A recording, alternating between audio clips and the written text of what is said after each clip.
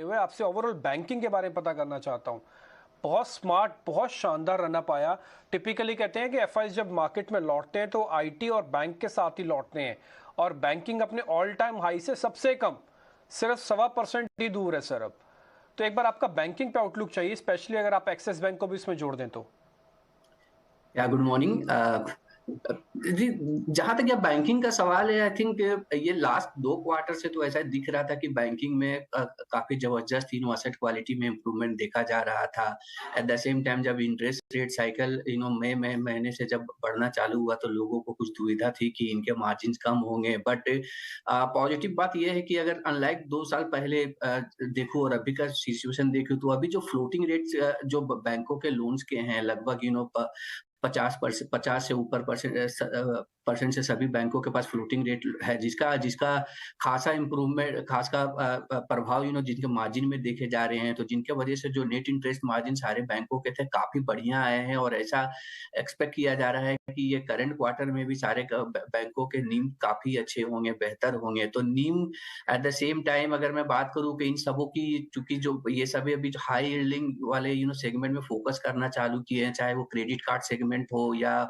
दूसरे MFI segment हो, तो जिन जहाँ पे आपको यील्ड काफी बेहतर होते हैं, तो इन सब वजहों से देखते हो तो बैंकों के नंबर्स काफी बेहतर रहे और मुझे लगता है कि ये आने वाले समय में भी कंटिन्यू करेंगे 1-2 क्वार्टर यहाँ से, क्योंकि डिपॉजिट रेट चूंकि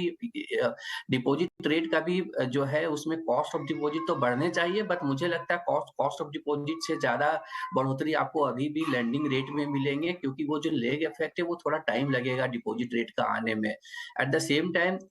क्रेडिट ग्रोथ जो हम लोग बोल रहे हैं, क्रेडिट ग्रोथ 16% का जो हमने फर्स्ट हाफ में देखा और ये सस्टेन रहने वाली है। सारे बैंकों की बात करें तो सारे बैंकों की जो कैपिटलाइजेशन रेट है लास्ट 5 सालों में अगर मैं देखूं तो लास्ट 5 सालों के कंपेरिजन में सबसे बेहतर अभी इन बैंकों की कैपिटलाइजेशन रेट है। तो जो ये दर्शाता है कि ये इन कंपनियों के पास I think credit growth double digit credit growth sustain करने में कुछ ज्यादा दिक्कत नहीं होनी चाहिए। तो overall strong credit growth, strong मैं कह सकता हूँ asset quality, at the same time margin improvement, ये सब तथ्यों को मिला करके देखूं तो बैंकिंग्स का रिजल्ट्स आने वाले क्वार्टर में भी बढ़िया होंगे। नाउ अगर मैं एक्सिस बैंक की बात करूं तो एक्सिस बैंक, इसमें कोई दो राय नहीं है कि एक्सिस बैंक अगर मैं लास्ट 1 साल 1.5 साल की बात करूं तो ये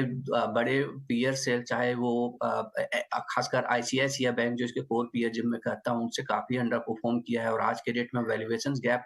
काफी वाइडन हो गया ये दोनों के बीच में। लेकिन जहां तक क्वालिटी ऑफ ग्रोथ का होता है,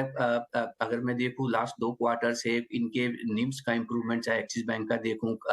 कैपिटलाइजेशन रेट देखूं, तो सारे मुझे लगता है कि काफी कंपेरेबल है आज के डेट में आईसीआईसीआई बैंक के सामने, और ये भी हाई यील्डिंग सेगमेंट में काफी ज्यादा फोकस कर रहे हैं, जिसके वजह से मार्जिन बेहतर रहेंगे आने वाले क्वार्टर्स में। तो ओवरऑल मुझे लगता है जो इतना बड़ा वैल्यूएशन गैप हो गया है आईसीआईसीआई बैंक के सामने, थोड़ा सा ब्रीच होना चाहिए। तो मुझे लगता है आईसीआईसीआई बैंक का view should continue to outperform in bankings.